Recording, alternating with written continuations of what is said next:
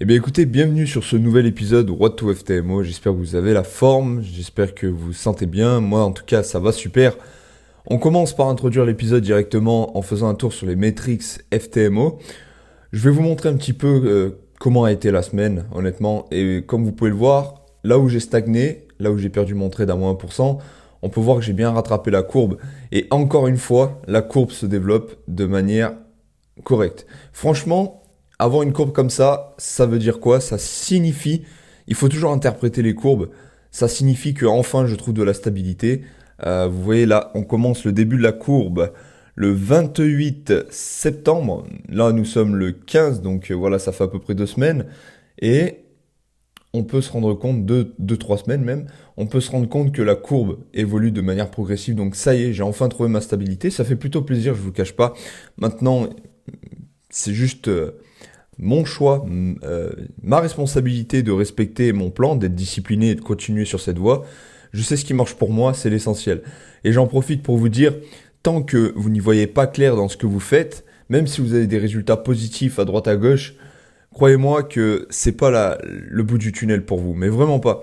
C'est même pour moi d'ailleurs. Je ne sais pas ce que réserve l'avenir, mais en tout cas, quand on sait ce qu'on fait, quand on comprend les scénarios qu'on crée sur justement sur nos graphiques et que ces scénarios-là, quand ils sont respectés à 100%, on s'engage mentalement dans un trade, eh bien croyez-moi que ça fait plaisir et on se sent vraiment équilibré au niveau de nos prises de position. Voilà, on se sent moins perdu, on pense avoir enfin trouvé justement l'équilibre dans notre plan de trading et dans notre progression de trading.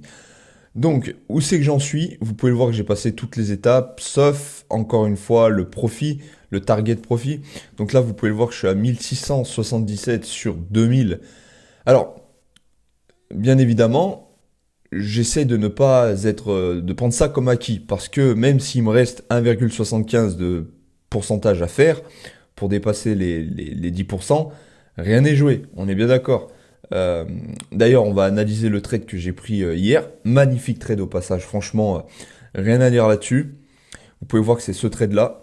Et j'ai fait une grave erreur au niveau du trade management, encore une fois. Décidément, ça doit faire la centième fois que je fais cette erreur.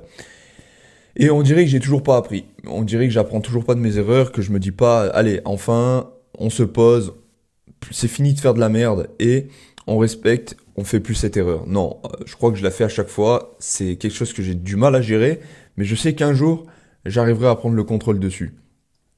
Là, on peut voir mon trade à moins 1% que j'ai perdu mercredi ou jeudi, je sais plus, mercredi.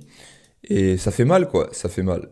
Je l'aurais coupé rapidement, eh bien, mon résultat définitif, donc les 1677, se serait transformé finalement en 1900 ou un truc comme ça. Bref, c'est pas grave.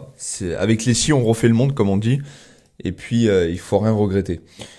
Alors, on va tout de suite passer justement sur TradingView pour que je vous montre l'analyse du trade. C'est parti. Ok, let's go, on continue la vidéo avec justement l'analyse du trade. C'est parti. Donc, je l'ai pris sur cette bougie, c'était 11h15. Ok, c'était 11h15. Alors, on va commencer étape par étape. Ce qui s'est passé, c'est que le matin, je n'ai pas vu réellement d'opportunité. J'ai potentiellement loupé celle-ci. Voilà, vous pouvez le voir, bougie baissière, la suivante, boum, elle était baissière. Cependant, je ne sais plus ce qui s'est passé exactement, le pourquoi je l'ai pas pris. Bref, c'est pas important puisque je ne l'ai pas pris de toute manière. Par contre, celui-ci validé à 100% mon plan. Alors, on va directement noter la clôture de la bougie, ok, et également les niveaux clés. Comme je vous l'ai expliqué dans la vidéo, des niveaux clés, je vous invite à aller la visionner d'ailleurs. Très puissant, mais vraiment très puissant. Donc là, on peut voir qu'on a le 500. Je vous conseille vivement, si vous avez plusieurs traits à effectuer, de vous faire un code couleur. Par exemple, moi, j'ai les candle close, donc mon trait rouge, c'est les clôtures de mes bougies. Les chiffres ronds en noir, ok, donc 97 500. Rappelez-vous, dans la vidéo, et encore une fois, je vous invite à aller la voir pour ceux qui ne l'ont pas vu, les 500, je réfère également les 200, hop, je réfère également les 800 et les chiffres ronds comme les 98, 00, 97, etc. Là, on va prendre que ces niveaux clés parce que le prix, il est aux alentours uniquement de ces niveaux clés-ci. Rien ne nous sert d'aller plus bas pour définir par exemple les 96.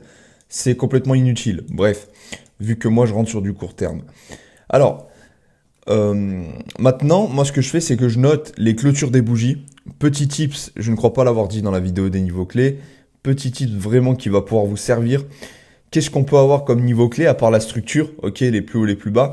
Eh bien, on peut avoir les clôtures de bougies. Je m'explique. Regardez, je vais tout simplement vous montrer. Par exemple, ici, on a une clôture ouverture.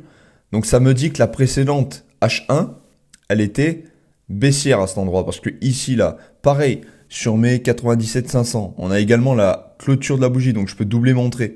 Hop. Ça fait que... Bon, là, on va pas le voir du coup, vu que c'est entremêlé. Attendez 2 petites secondes. Je vais le mettre en rouge. Hop. Candle close. Parfait.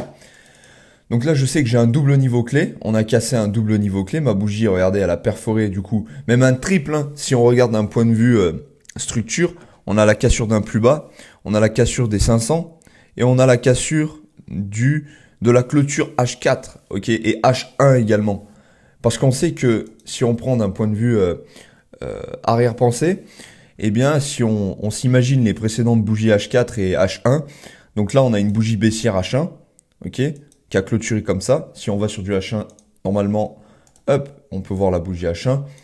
Maintenant, si on va sur du H4, on peut voir que ma bougie H4, elle a clôturé également en baisse. Ok. Si je prends justement l'ouverture, pardon, 6h30, 6h45, voilà, juste là. En plus, on peut voir qu'on est sur les 800 également. Vous pouvez voir que c'est quand même assez puissant. Voilà, ça doit être ma bougie H4. On va voir ça tout de suite. Hop. Boum. Pardon, je vais y arriver. Bougie H4, vous voyez, mouvement baissier. C'est parti. Donc là maintenant, une fois que ça, je me suis dit dans mes arrière-pensées que tous mes biais étaient baissiers, la précédente H1 avec le tiré en baisse, la précédente H4 avec le tiré en baisse, j'ai mes confluences au niveau des cassures de niveau clé. En plus, c'est pas qu'on l'a vraiment cassé, on l'a aussi retesté. Hein. Vous voyez, par rapport à cette mèche là, hop, juste là, on est venu former la mèche. Et ensuite, on est venu former le corps. Donc ça veut dire que là où a clôturé ma bougie M15, eh bien également ma bougie en cours H1, elle était baissière. Ma bougie H4 en cours, elle était baissière. Donc là, j'ai pas hésité une seule seconde. J'ai vu qu'en plus, au niveau de la force des devises, par exemple par rapport à euro et USD, on a pu identifier un dollar américain super fort et un dollar et un euro, pardon, super faible. Donc là, il y avait vraiment aucun doute. Je suis allé sur du 1 minute. On peut voir une structure, encore une fois, bien aérée. Regardez comme la structure, elle est aérée ici, là. C'est franchement joli. Et encore une fois, il n'y a pas de hasard, mais vraiment pas. C'est-à-dire que le nombre de pertes que je me suis pris, eh bien, c'était quand la structure sur du M1 n'était pas aérée. C'était en range, etc. Et le nombre de trades gagnants, le pourcentage le plus élevé en termes de trades gagnants que je me suis pris, c'était sur des trades qui respectaient à 100% justement une structure correcte. Vous pouvez voir, on peut bien identifier des plus hauts, des plus bas, etc. Et le prix là, si on regarde autour, il n'y a pas énormément de mèches, il n'y a pas énormément de plus haut, de plus bas. C'est pas en consolidation en fait, c'est ça que je veux dire. Bref, donc là ça me dit également une énième confirmation que le marché est tradable. Alors là j'ai attendu, comme vous le savez, là il y a la clôture de ma bougie, je regarde tout ce qui se passe sur la droite, puisque j'attends toujours une phase de retracement, ok, et une continuation. Donc là, je l'ai fait un peu trop gros. Moi, ça va très vite sur du 1 minute. Hein. Les bougies M15 laissent des petites mèches en principe quand ça part vraiment dans mon sens. Et ce qui s'est passé, c'est que j'ai loupé justement la première rentrée. Ok, là, pour moi, j'ai pas eu le temps de rentrer. Et j'ai bien fait de ne pas rentrer trop tard. Parce qu'en fait, soit je loupais le trade, soit dans mon scénario, ok, bah, le prix revenait former sa mèche, encore une fois, pour ensuite revenir. Donc en gros, ça pourrait faire un pullback. Et c'est ce qui s'est passé. C'est vraiment ce qui s'est passé. Alors là, je suis rentré en mode agressif, hein, clairement. Agressif, pardon. Regardez ce qui s'est passé. Je vais activer le mode replay. Ok. Parfait. Donc une fois qu'on a réintégré justement ma zone au-dessus, et ben dès que j'ai vu que le prix commençait à rejeter, boum, j'ai placé mon sell stop de manière agressive. Et pourquoi je l'ai fait comme ça? Pourquoi j'ai pas hésité? Bien sûr, j'ai eu peur, hein. Ben, ça, j'arrive toujours pas à contrôler la peur. Mais c'est parce que j'ai déjà backtesté ça. Je savais que au fond de mon cerveau, au fond de mon mental, j'avais déjà eu ce genre de configuration et je m'étais déjà pris des gains grâce à ce genre de configuration. Donc c'est pour ça. Je m'étais engagé mentalement à rentrer dans ce trade. Et ça, peu importe le résultat. S'il était perdant, gagnant. J'allais accepter le résultat quoi qu'il arrive. Hop. Donc je suis allé chercher un ratio de 1 pour 4. Je l'ai clôturé un petit peu avant. Je crois 3,90, un truc comme ça. Mais encore une fois, c'est ma faute. Je l'ai mal géré parce que je savais très bien que le prix pouvait rejoindre les 97-200. Il y avait de fortes chances. En plus, on peut voir qu'au niveau structure, on n'avait aucun obstacle. Les obstacles étaient loin derrière, la structure était aérée, tout pouvait me dire une continuation. Et en fait, ce qui s'est passé, c'est que regardez tout de suite, hop, j'ai été déclenché sur mon sell stop. Donc là, le prix, j'étais pas bien, honnêtement, j'étais pas bien, je stressais parce que quand même, je suis en test FTMO. J'ai laissé tourner et là, j'ai coupé ici. Et regardez ce qui s'est passé 1 minute après ou 2 minutes après. Boum, le prix a continué de chuter. Et du coup, j'aurais pu valider mon test si j'avais été un peu plus patient. Surtout que j'avais aucune raison valable de couper mon putain de trade. Même au niveau des bougies, il n'y en avait aucune qui me signifiait un retournement. Donc vous voyez à quel point, finalement, en trading, tout vient de la psychologie. Hein. Le résultat final vient de la psychologie. Et regardez, je sais que ça peut paraître un petit peu marketing de vous montrer ça. Ratio de 10R, ok, je l'aurais laissé tourner jusqu'à la prochaine zone. Eh bien, on aurait pu avoir largement et rapidement en plus un ratio de 10R. Mais vraiment. Donc ça, après, ça ne tient qu'à vous si vous êtes prêt mentalement à... Quand vous identifiez un marché à haute probabilité avec peu d'obstacles, bah franchement, je vous conseille de laisser tourner. Hein.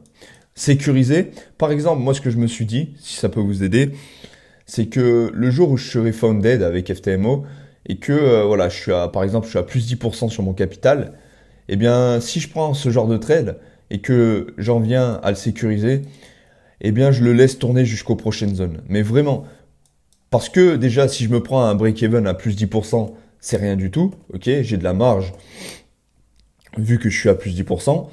Mais par contre, c'est pas négligeable de laisser tourner un trade, d'être patient et de potentiellement prendre plus 10% en un seul trade. C'est vraiment pas négligeable. Vraiment pas. Donc finalement, c'est pas du marketing, c'est pas, vous voyez, vous avez la preuve, ça peut marcher. C'est pas également de l'euphorie ou vraiment de la, comment on appelle ça, de la cupidité. C'est quoi le terme exact? Toujours vouloir plus d'argent, être gourmand, entre guillemets. Bref, j'ai oublié. Eh bien non, c'est pas ça, parce que ça se base sur techniquement des bases solides, des bases favorables justement à pouvoir laisser tourner. Bien sûr, si vous avez des doutes, si le marché fait n'importe quoi, que vous avez pris un trade, que le marché n'est pas extrêmement puissant, il n'y a pas beaucoup de volume, etc. Là, c'est intelligent de se définir un ratio fixe et de prendre du 1 pour 3, ou du 1 pour 2, ou du 1 pour 4. Ça, bien entendu. Mais là, j'avais absolument aucune confirmation de retournement. Bref. Je pense que je vais clôturer justement l'épisode de la semaine. Donc comme vous avez pu le voir, je suis à plus 8,75 et quelques ou 8,25, je sais plus. Non, 8,25 de pourcentage. Il me reste jusqu'à jeudi. Et dans tous les cas, si à jeudi je ne suis pas, pardon, si je ne suis pas encore à 10%, ce qui est sûr, c'est que je serai à plus 5% déjà. Je pense pas redescendre à moins de faire n'importe quoi. Et ils pourront me rajouter 14 jours supplémentaires. Donc il n'y a vraiment pas le feu. Et faut pas oublier que c'est pas parce que j'ai réussi la phase 1, la phase 1, que bah voilà, il faut que je me dise au coin de mon esprit que la phase suivante, elle est également pas facile. Même si c'est que 5%, en un trade, je peux la valider. Il faut également que je sois solide mentalement. Et ensuite, quand je serai founded, et bien c'est là qu'on va voir si vraiment je suis rentable ou pas.